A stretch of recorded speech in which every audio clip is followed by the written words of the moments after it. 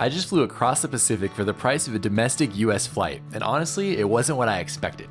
In the first part of this video, I'm walking you through the entire 11-hour experience with my family so you can see exactly what you get for the lowest fare on the market. And then in the second part, we'll discuss the pros, cons, and the final price tag after all those add-ons. So is Zipair the new king of US to Japan budget travel? Let's get into it.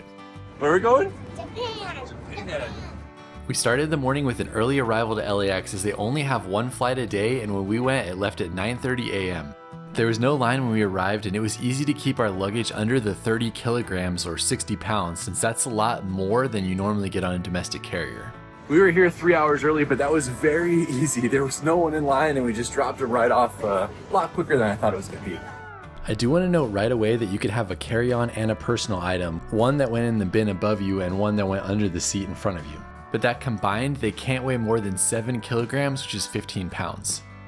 Don't mess with this as they definitely weigh it, and if you think you're going to exceed that, you can pay to have an additional 8 kilograms, which is a lot more than you probably need. With all the extra time we had, we went over to the LAX beach playground, which is something the kids are accustomed to whenever we travel out of the airport, and then we made our way over to the gate. And there's our plane for our trip to Japan. We boarded on time and the process was very simple. They even let us board early because we had kids, which was a nice addition. I don't really know the individual planes myself, but they told me this was a 787 Dreamliner aircraft, and the standard economy operates in a 3-3-3 configuration with 3 seats in each of the 3 sections. There's also full flat business class seats in the front that I didn't get to see on this flight.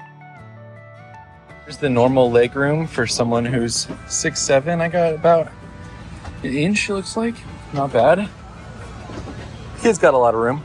And there is this, which folds out like this.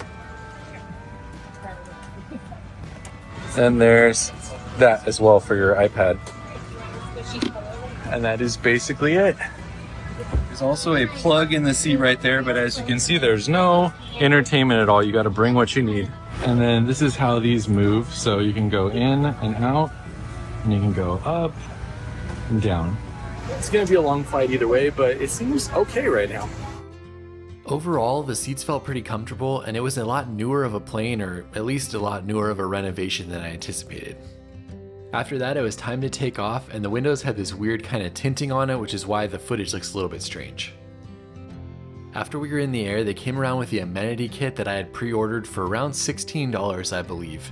It included a fleece blanket, an inflatable travel pillow that had this hand pump thing where you didn't actually have to blow into it, a set of slippers that were a little too small for me but that I immediately took advantage of, especially with my compression socks, which is a pro tip for flying. And then lastly, I had a pair of earplugs and an eye mask. It's up to you whether you want to purchase this or just bring your own on. About an hour into the flight, they announced that the in-flight shopping was live, and so I jumped onto the Wi-Fi and connected to see what they had to offer. What I found was everything ranging from cup of noodles and Pringles to Oreos and coffee. Again, nothing is included with this flight, so you have to purchase whatever you want.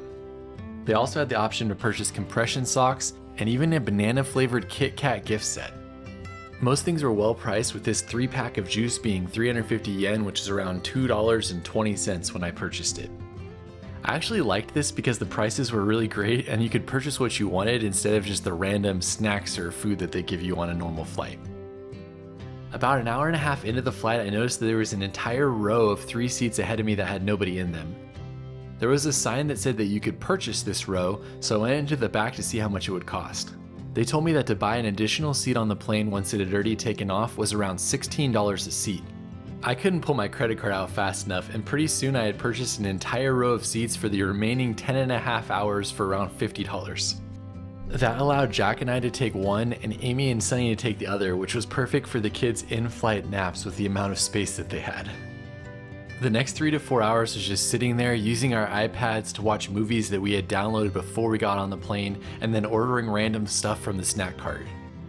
I tried 2 different cup of noodle options, and I definitely like the second one better, which is this one that has some crazy big old piece of tofu in the top. Jack ate it as well. He liked the noodles by themselves, and he also liked the bread that came alongside it. I should also note that they have meals that you can purchase in advance. There was a couple for sale on the plane, but if you want these, I'd definitely get them in advance. You can have them right after takeoff, but we asked for ours to be 2 hours before landing. I bought multiple of these so I could do a comprehensive review, but honestly next time I just get cup of noodles or bring my own food. That being said, the best was probably the ravioli, then the chicken, then the meatballs. And here's what the airplane bathroom looks like. Normal bathroom. The last thing I should note is that there is Wi-Fi on the plane and they have a selection of movies that you can pick from, but I will say that there's not a single time during the trip I could actually get the Wi-Fi to work for anything other than the store.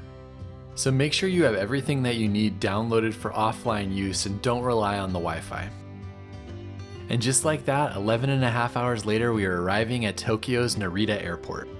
I should note that if you've never been to Tokyo's Narita airport, you're a long way from the city when you land. This is especially important if you're traveling with children, as 11.5 hours in the plane is a long time. Then you need to go through customs, get your baggage, and then figure out whether you're taking a car or a train to the city. Either way, it's going to be about an hour to an hour and 15 minutes minimum to get there.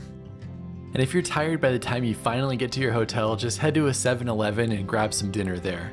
It's pretty amazing in Tokyo. I highly recommend the egg salad sandwich. Alright, now let's finish this video with the pros and cons and the pricing information. Alright, I'm back in the office after my crazy trip and I wanted to talk to you a little bit about pros and cons on Zipair. Alright, my first pro is the food. On the way home from Asia, we flew home on a different carrier and the food was horrible. I actually liked the food on Zipair. Even though you have to pay for it, there's lots of different options, and who doesn't want a cup of noodles when you're 30,000 feet in the air? I found that to be a relatively enjoyable thing. The con there though is that sometimes they do sell out, so there was a few items like the coffee and like the juice for kids that actually sold out about an hour into the flight. So that was a bummer. I'm guessing on maybe some flights more things might sell out, but that was basically all that sold out on our flight. So do know that going in that you should probably bring something in case the things you're wanting sell out, but you can always order a meal in advance so you're guaranteed to have a meal. Again, it wasn't a bad meal, it's just fun to have a cup of noodles, and maybe that's my thing.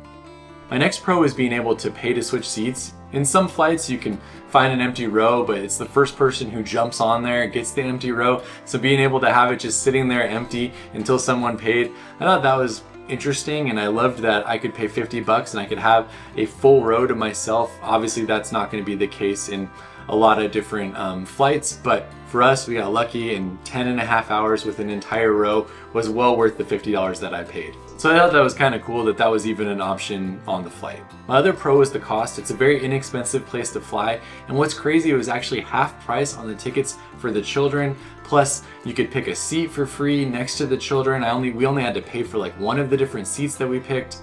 And of course there's lots of add-ons like the baggage and things like that, but we always travel really light, so we only had 2 bags for the 4 of us, meaning that that cost wasn't too bad, and we kept our carry-ons under the weight limit, so that we didn't have a cost there. Overall, you are going to pay for everything that you add on, but if you're a seasoned traveler and you can deal with the food, you can bring your own entertainment, and you don't pack a lot of bags, it seems to still be a lot cheaper than a lot of the other options.